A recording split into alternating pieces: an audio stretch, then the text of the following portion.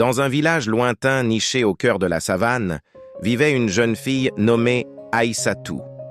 Fille du chef du village, elle était connue pour sa beauté éclatante, ses yeux en forme d'amande et son sourire qui illuminait le jour le plus sombre. Aïssatou avait un cœur tendre et aimant, mais son destin était lié à une tradition ancienne, celle des mariages arrangés.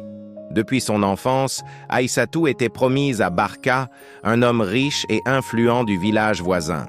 Le mariage était censé sceller une alliance puissante entre les deux communautés. Mais Aïssatou n'avait jamais aimé Barka.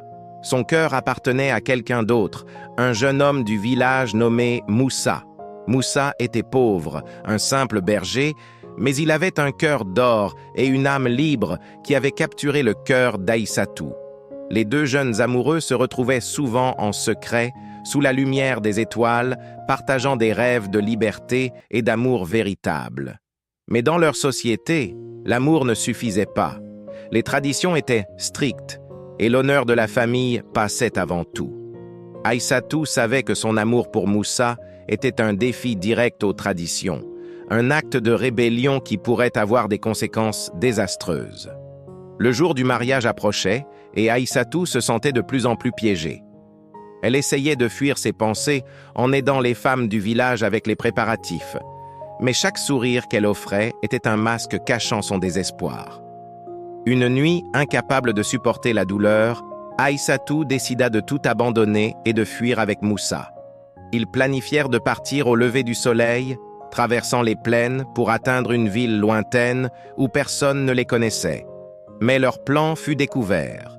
Une vieille femme du village, gardienne des traditions, les surprit alors qu'ils discutaient de leur fuite. Le lendemain, la nouvelle de leur amour interdit se répandit comme une traînée de poudre. Barka, fou de rage et d'humiliation, exigea qu'Aïssatou soit punie. Le chef du village, déchiré entre l'amour pour sa fille et la nécessité de respecter les traditions, se résolut à marier Aïssatou à Barka immédiatement sous la menace d'une guerre entre les villages. Le jour du mariage, Aïssatou fut conduite à l'autel en larmes, vêtue de somptueux vêtements de mariée, mais le cœur brisé.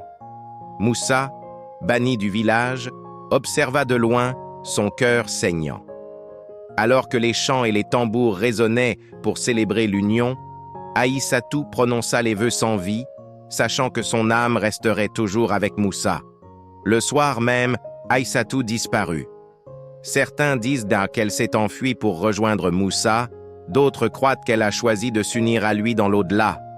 Quoi qu'il en soit, une légende est née ce jour-là, celle de deux âmes unies par un amour si fort qu'il a défié les lois des hommes. Depuis lors, les anciens du village racontent cette histoire comme un avertissement, mais aussi comme un témoignage du pouvoir indomptable de l'amour véritable.